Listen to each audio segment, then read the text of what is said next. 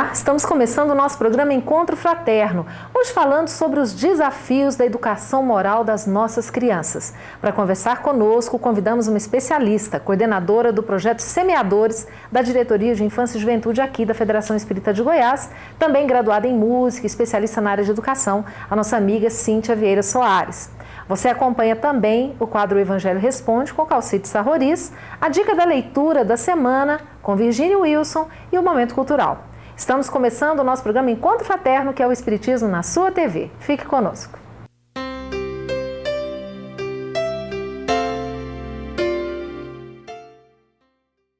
Hoje nós temos a alegria de receber para um bate-papo pela primeira vez no nosso programa a nossa amiga Cíntia. Cíntia, é uma alegria tê-la aqui conosco. É um prazer também. E para falar sobre esse assunto que eu tenho certeza que angustia a muitos de nós que somos pais, que queremos o melhor para os nossos filhos.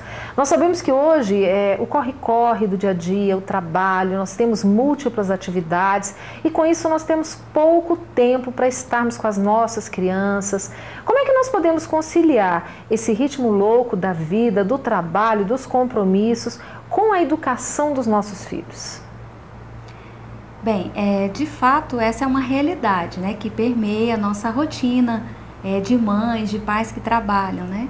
E alguns psicólogos, eles orientam na questão do tempo, né, o tempo que se está com a criança.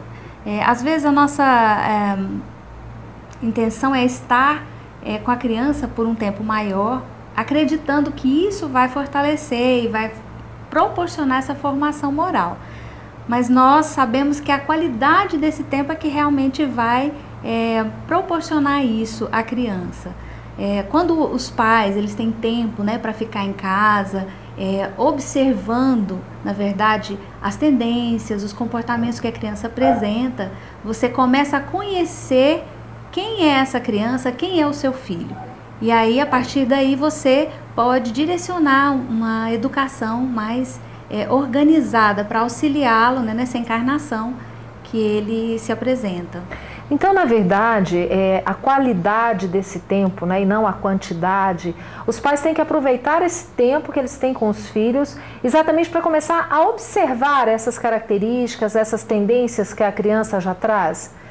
Porque muitas vezes nós ficamos envolvidos somente com as brincadeiras ou com outras coisas e não reparamos esse aspecto, né? É importante, então, essa observação contínua.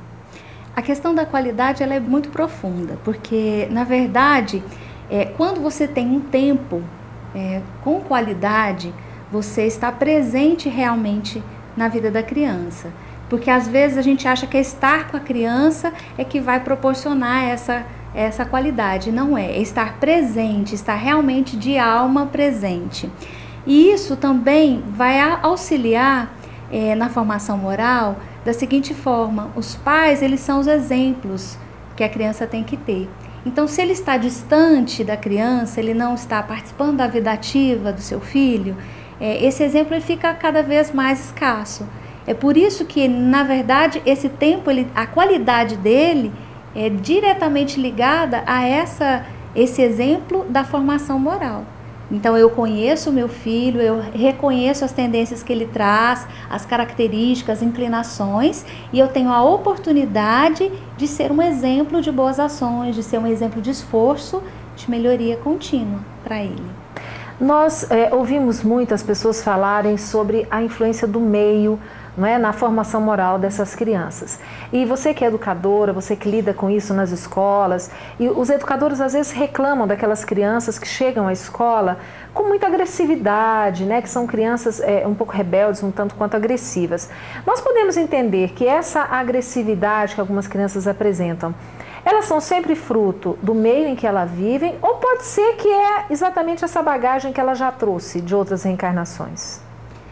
Na verdade, são as duas coisas, né? Então, a gente tem que buscar as causas num contexto mais amplo. Realmente, o espírito ele pode trazer as características, né? As inclinações para a agressividade, mas o meio também influencia muito. A forma como ele é tratado pelos pais, a forma como ele lida com as frustrações. Geralmente, a criança apresenta atitudes de agressividade quando ela não consegue aquilo que ela quer, quando alguém lhe impõe o limite.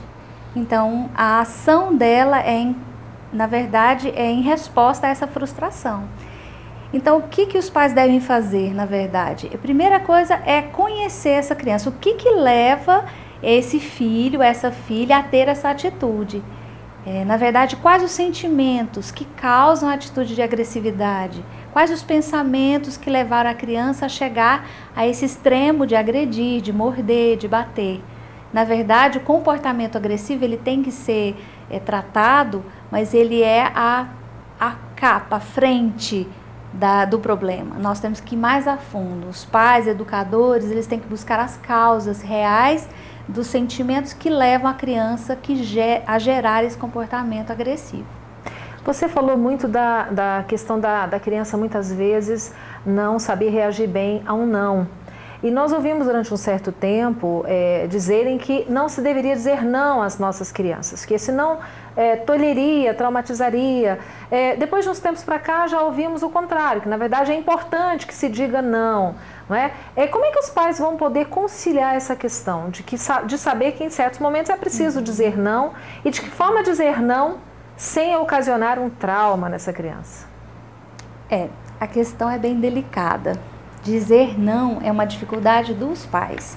Então, muitas vezes a gente percebe que os pais, eles acreditam que a criança não entende certos limites. Ela não vai compreender esses limites. Então, eles acham mais tranquilo, mais fácil omitir esse não. E, na verdade, a criança, ela entende, ela sabe o momento em que ela precisa ser, na verdade, direcionada para uma outra ação. Então, a dificuldade se encontra nos pais. É muito mais difícil você dizer um não e ter ali uma cara feia, uma contrariedade, uma ira da criança, do que você, às vezes, aceitar o comportamento inadequado. Para se ver livre do problema. Exatamente. E até para se redimir da culpa de ter ficado o dia todo fora, de não ter dado atenção para a criança. Isso é muito comum. Os pais, eles precisam desse momento para poder mostrar para os filhos o quanto eles o amam, né? E, na verdade, o que acontece? Você passa a omitir, na verdade, os limites por conta dessa superproteção, desse exagero aí de amor para suprir a carência da falta, né? Interessante. Bom, nós estamos aqui num bate-papo muito importante, interessante. Nós temos que parar para um breve intervalo. Você antes acompanha a dica de leitura da semana com a Virginia Wilson. E quando voltarmos, nós vamos analisar um pouquinho sobre a influência da TV nos nossos filhos. Até já!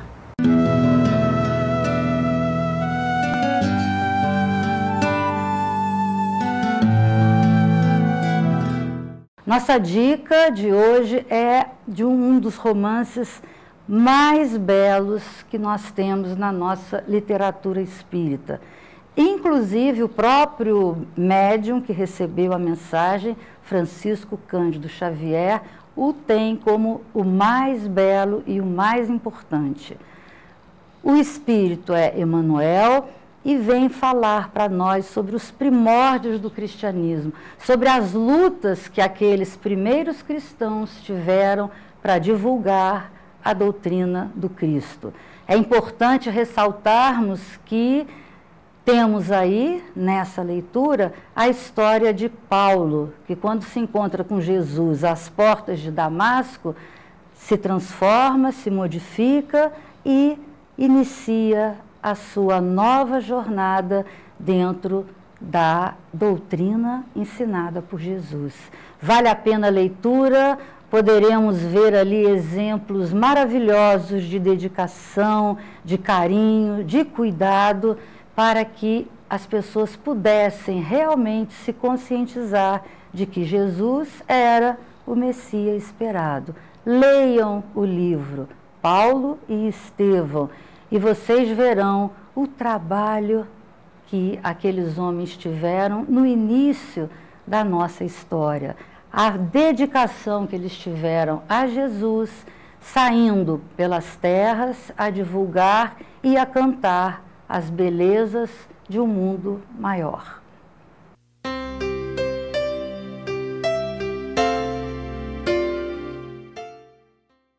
Você gostaria de ajudar a expandir o Espiritismo na TV? Então aí vai a dica. Com apenas R$30 por mês, você se torna sócio do Clube Amigos do Espiritismo e ajuda a levar a mensagem espírita a muito mais corações. Além de contribuir com este grande desafio, você ainda ganha brindes exclusivos. Uma revista que vira pôster e 2 DVDs todo mês na sua casa, com documentários, animações e videoaulas. E tem mais, quem se associar agora ganha uma camiseta exclusiva. Então, o que está esperando? São apenas R$30 por mês. Acesse www.amigosdoespiritismo.com.br, faça o seu cadastro e participe.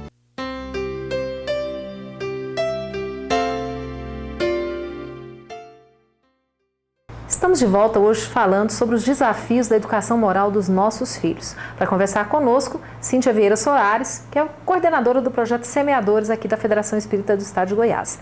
Cíntia, nós sabemos também que muitas vezes, até os cuidadores dos nossos filhos, enquanto nós estamos fora, para auxiliar ali naquele processo, colocam muitas crianças de frente à TV.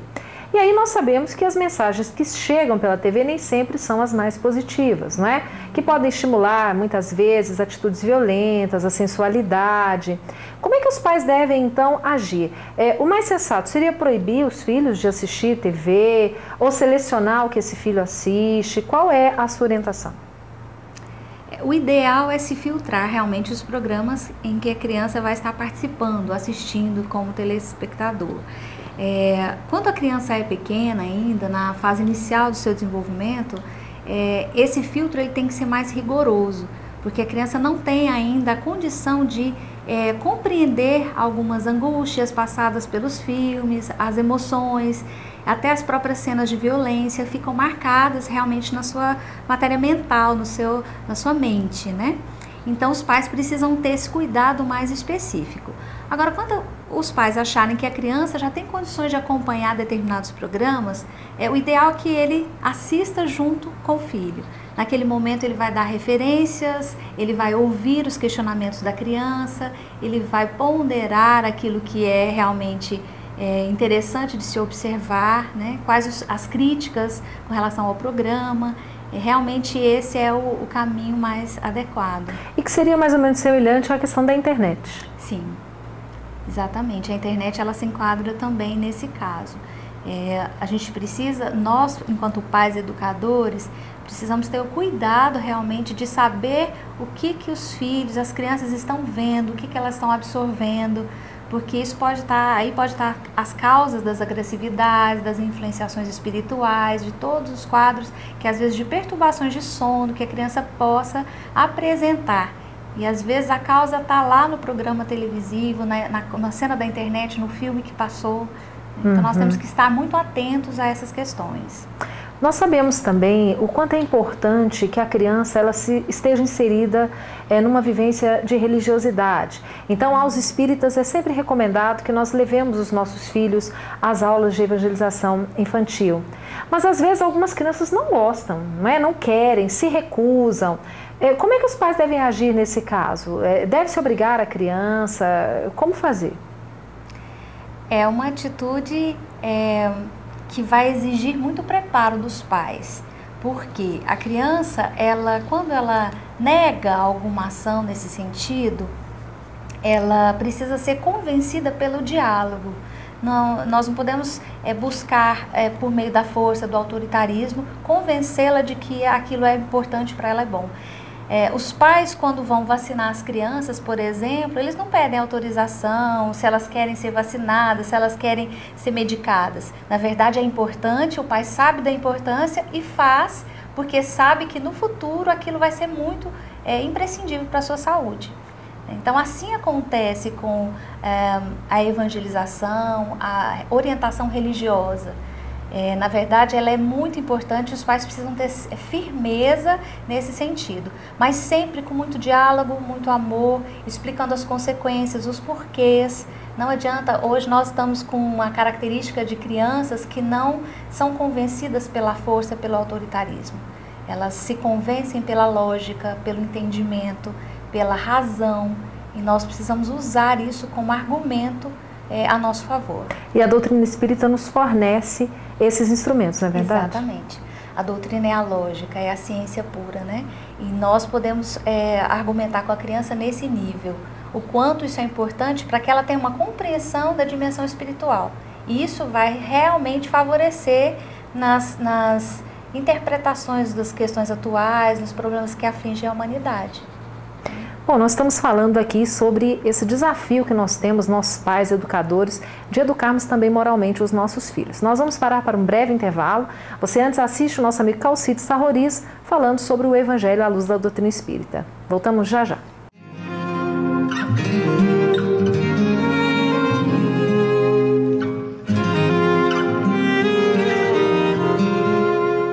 Olá. O livro Paulo e Estevão está completando 70 anos. Informações belíssimas. Obra que merece ser estudada, meditada, comparada com os textos bíblicos. Pois aquilo que não está em Atos dos Apóstolos, ou que se deixa apenas como uma suspeita, em Paulo e Estevão encontra-se a confirmação. Então são obras complementares, extraordinárias, da mediunidade exuberante de Francisco Cândido Xavier e do Espírito Emmanuel. Mas eu gostaria de ler um trecho que nos faz relembrar o trabalho de Paulo de Tarso. É um texto de Isaías, capítulo 49, versículo 6. Eu te pus para a luz dos gentios, para que sejas de salvação até os confins da terra. Esse texto também está em Atos dos Apóstolos, capítulo 13, versículo 47. Confins da terra. Mostra o grande trabalho, extraordinário trabalho de Paulo de Tarso, que divulgou o cristianismo muito além das fronteiras de Jerusalém. Chegou em Antioquia da Pisídia, na Ásia Menor, depois de navegar, parar em ilhas, contornar toda a região ali, adentrar por terras onde jamais o Evangelho chegou, divulgar o cristianismo e o Cristo. É o trabalho de Paulo de Tarso que o médium Isaías veio falar 700 anos antes de Cristo, dizendo: haverá alguém que depois dele estará divulgando a mensagem da maneira mais pura, mais tranquila, mais exuberante. E quem cumpriu esse trabalho foi Paulo de Tarso. A nossa, portanto, homenagem e a recomendação para a leitura, o estudo do livro Paulo e Estevão, onde conta todas as peripécias existentes nessas viagens todas, as traições, os falsos amigos, os falsos mensageiros que iam após ele para destruir o trabalho que ele fez, as acusações de heresia, de participação com o demônio. Sim, porque Paulo de Tarso sofreu tudo isso. Todas as pedradas físicas e morais que puderam construir foram lançadas sobre ele. Mas durante 30 anos, ele foi essa luz que o profeta Isaías canta no seu livro. Paulo de Tarso honrou e cumpriu a sua missão de maneira extraordinária, como médium de Estevão, aquele que foi por ele apedrejado, mas que com ele se associou para construir esse trabalho belíssimo de divulgação do cristianismo. O Evangelho responde.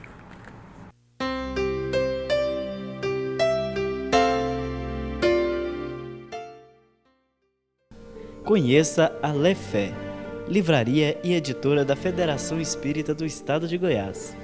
Menores preços, obras selecionadas, conforto e garantia. Facilidade no pagamento, entrega a domicílio. Venha tomar um cafezinho com a gente.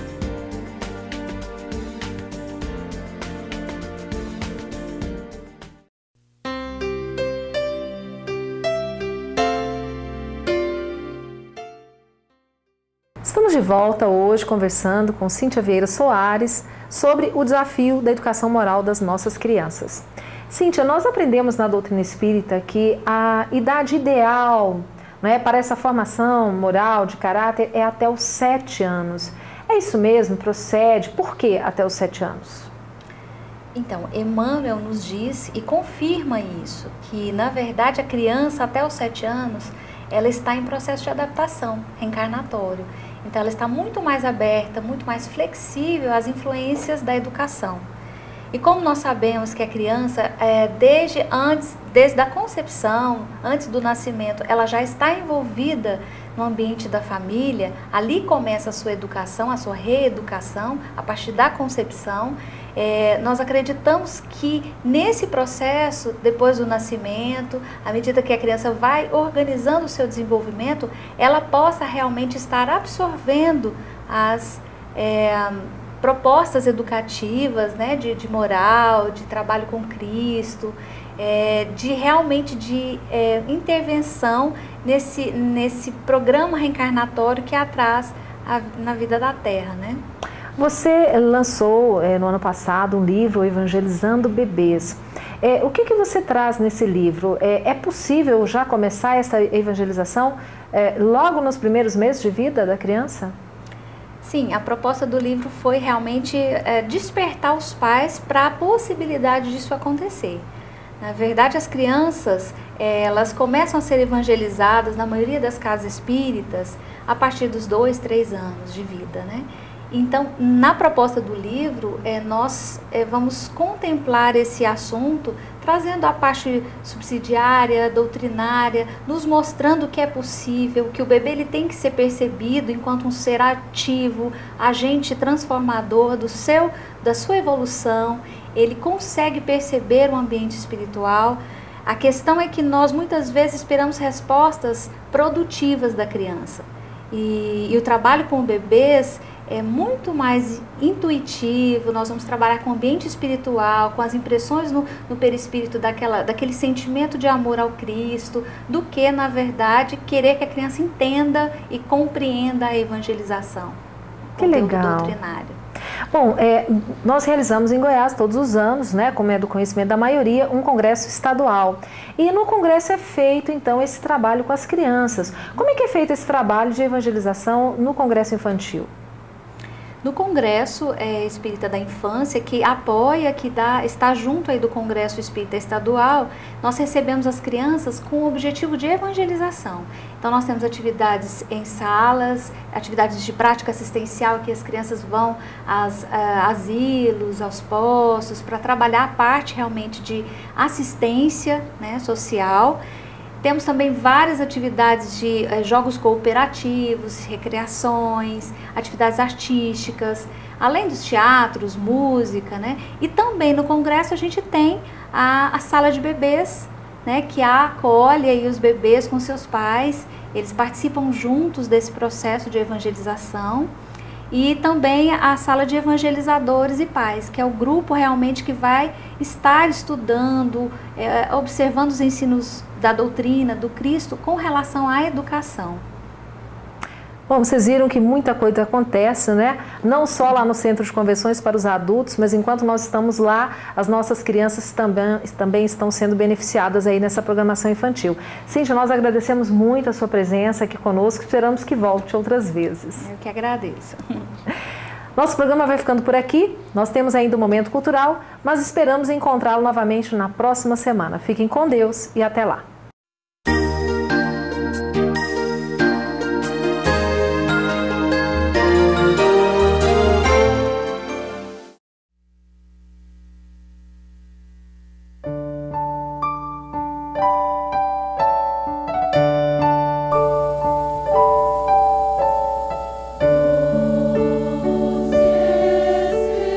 Música